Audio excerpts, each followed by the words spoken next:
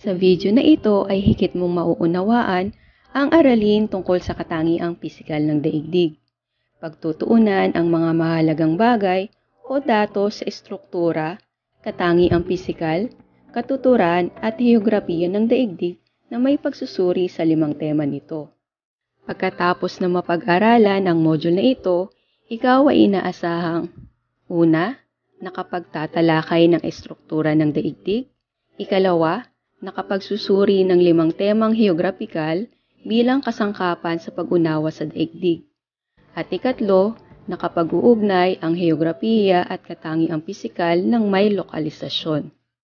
Katangiang pisikal ng daigdig.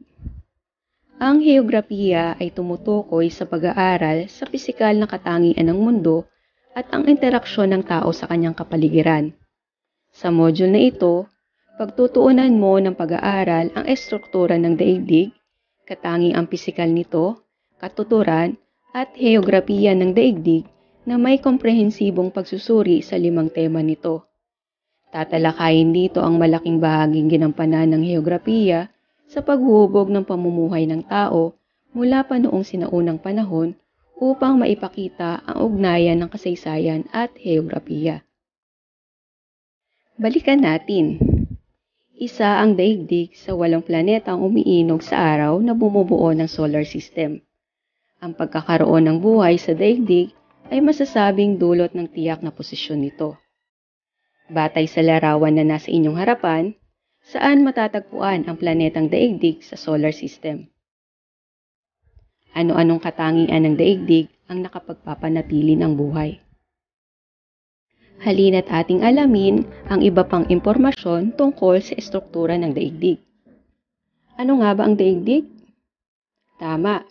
Ang daigdig o kilala rin bilang mundo o sangkalupaan ay ang tanging planeta sa solar system na may kakayahang magpanatili ng buhay.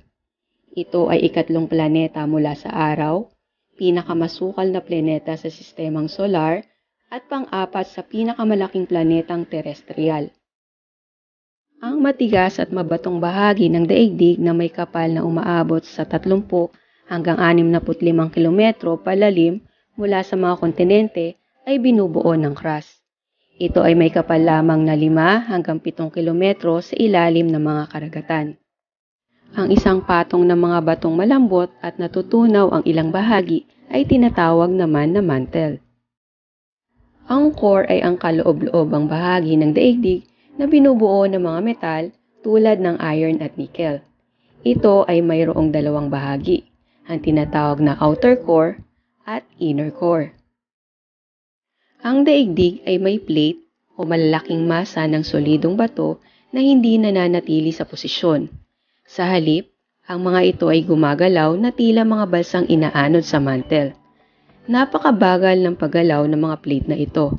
Sa katunayan, umaabot lamang ito sa 5 cm o 2 pulgada bawat taon. Gayunpaman, ang paggalaw at ang pag-uumpugan ng mga ito ay napakalakas at nagdudulot ng mga paglindol, pagputok ng mga bulkan, at pagbuo ng mga kabundukan. Ang daigdig ay may 4 na hating globo o yung tinatawag nating hemisphere. Ang northern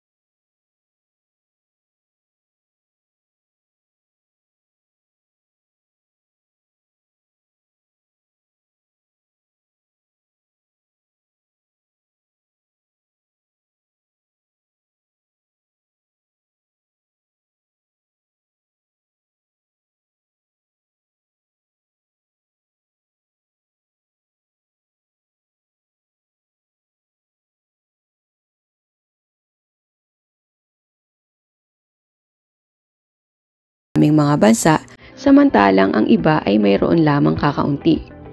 May 7 kontinente ng daigdig. Ito ay ang Africa, Antarctica, Asia, Australia, Europa, Hilagang Amerika, at South America. Ang malaking supply ng ginto at diamante ay nagmumula sa kontinente ng Africa. Dito rin matatagpuan ang Nile River na pinakamahabang ilog sa buong daigdig at ang disyerto ng Sahara na pinakamalaking disyerto. Nagtataglay din ang Africa ng pinakamaraming bansa kung ihahambing sa ibang mga kontinente. Ang Antarctica naman ang tanging kontinenteng natatakpan ng yelo na ang kapal ay umaabot ng halos 2 kilometro.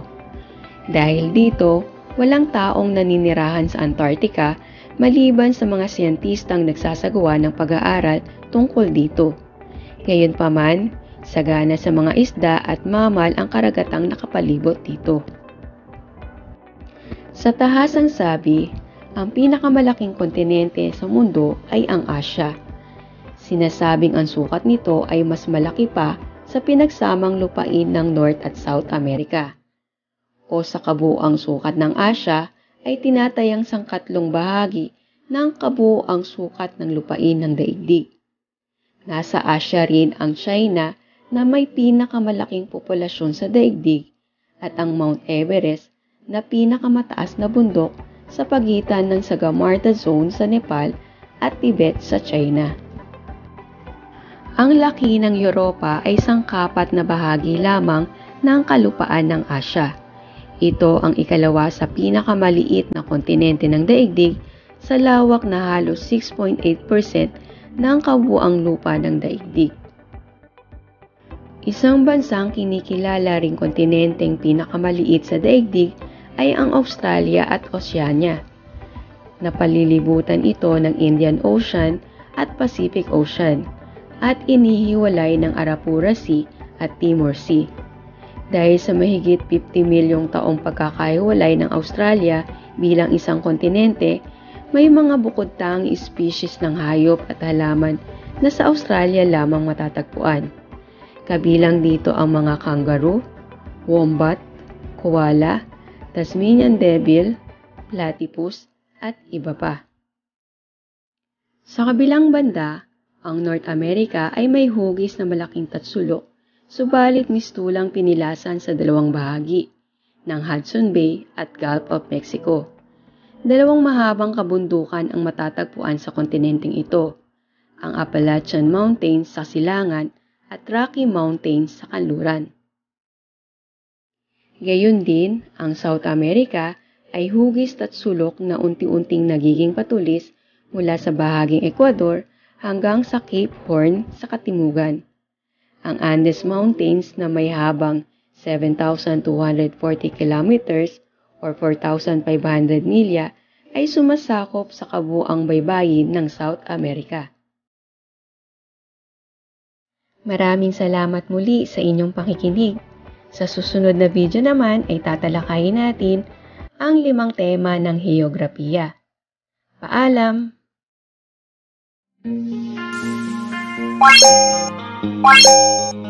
Wow.